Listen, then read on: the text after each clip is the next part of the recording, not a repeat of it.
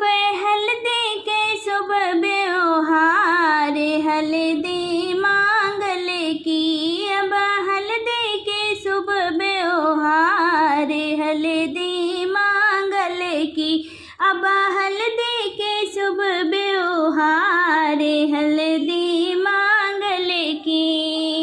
हल्दी चढ़ावे चले बानी के पापा, हल्दी चढ़ावे चले बानी के पापा।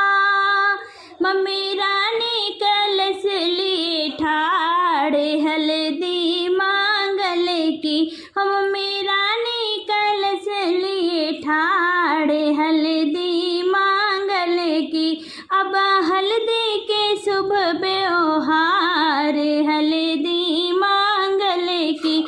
अब हल्दी के शुभ व्यवहार, हल्दी मांगले की। हल्दी चढ़ावे चले बानी के चाचा, हल्दी चढ़ावे चले बानी के चाचा। चाची रानी कलश लिए ठाड़े, हल्दी मांगले की। चाची रानी कलश लिए ठाड़े, हल्दी मांगले की। अब हल्दी के शुभ व्यवहार, हल्दी मांगले की। अब हल्दी के शुभ व्यवहार, हल्दी मांगले की। हल्दी चढ़ावे चले बानी के भैया, हल्दी चढ़ावे चले बानी के भैया। भाभी रानी कलश लिए ठाड़े, हल्दी मांगले की। भाभी रानी कलश लिए ठाड़े, हल्दी मांगले की। अब हल्दी का शुभ त्योहार, हल्दी मांगले की। अब हल्दी के शुभ व्यवहार, हल्दी मांगले की। हल्दी चढ़ावे चले बानी के मामा, हल्दी चढ़ावे चले बानी के मामा। मम्मी रानी कलश लिए ठाड़े, हल्दी मांगले की। मम्मी रानी कलश लिए ठाड़े, हल्दी मांगले की। अब हल्दी का शुभ व्यवहार, हल्दी मांगले की। अब हल्दी के शुभ व्यवहार, हल्दी मांगले की। हल्दी चढ़ाने चले बन्नी के जीजा, हल्दी चढ़ावे चले बन्नी के जीजा।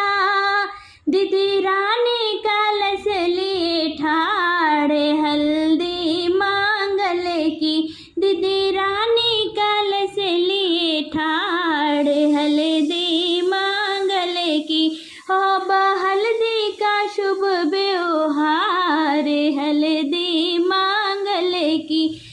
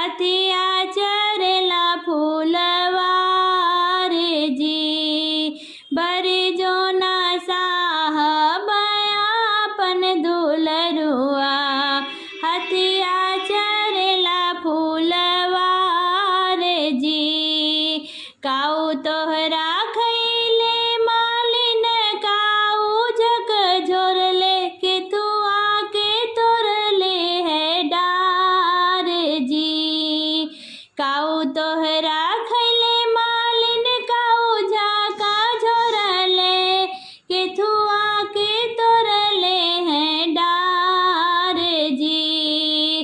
कवने बिरिछ तरे उतरे दुलरुआ हथिया चरला फूलवार जी। कवने बिरिछ तरे उतरे दुलरुआ हथिया चरला फूलवार जी। पान मोरा खैले मल लवंग झाका झोरले लवंगा के तोरले हैं डार जी। पान मोरा खैले मालिन लवंग झाका झोरले लवंगा के तोरले हैं डार जी। चंदन वृक्ष तारे उतरे हैं दुलरुआ हथिया चरला फूलवार जी। चंदन वृक्ष तारे उतारे दुलरुआ हथिया चरला फूलवार जी। जाऊँ ना मालिन अपनी नागरिया और न ले तोहार जी। जाऊँ ना मालिन अपनी नागरिया और न ले तोहार जी। तोरी फूलवरिया मालिनस के सिंचबई फूलवा खिललक चनार जी। तोरी फूलवरिया मालिनस सिंचबई फूलवा